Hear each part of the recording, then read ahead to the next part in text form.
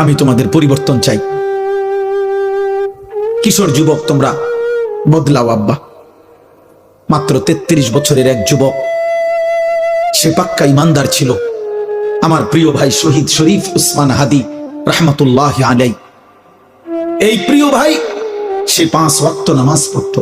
খোদার কসম তুমি জিজ্ঞেস করো, ও তো আর আমার বাড়ির না, ওর দেশবাসী, ওর জনগণ, ওর আশপাশের মানুষরা শত শতবার সাক্ষ্য দিছে ও প্রতিদিন ফজরের নামাজ পড়তো, 5 ওয়াক্ত নামাজ পড়তো।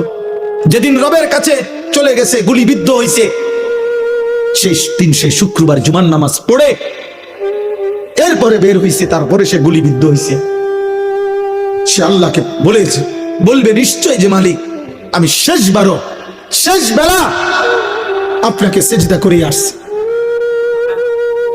কত লক্ষ কোটি হাফেজ, আলেম, মুফতি, মুহাদ্দিস, তালেবে ইলম, পীর, বুজুর্গ, আউলিয়া, হাফেজে কোরআন, সাধারণ মানুষ, ঠেলাওয়ালা, রিক্সা, দিন মজুর, কুলিওয়ালা, ট্রাকওয়ালা, বুড়া মানুষ, জওয়ান মানুষ, বাচ্চা মানুষ, সব তার জন্য কাঁদছে।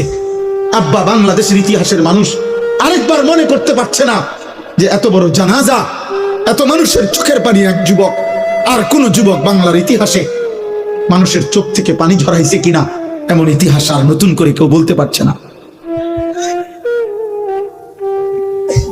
এজন্য প্রিয় যুবক, মরিলে এমন মরাই মইর, বাঁচলে এমন বাঁচাই বাইছ।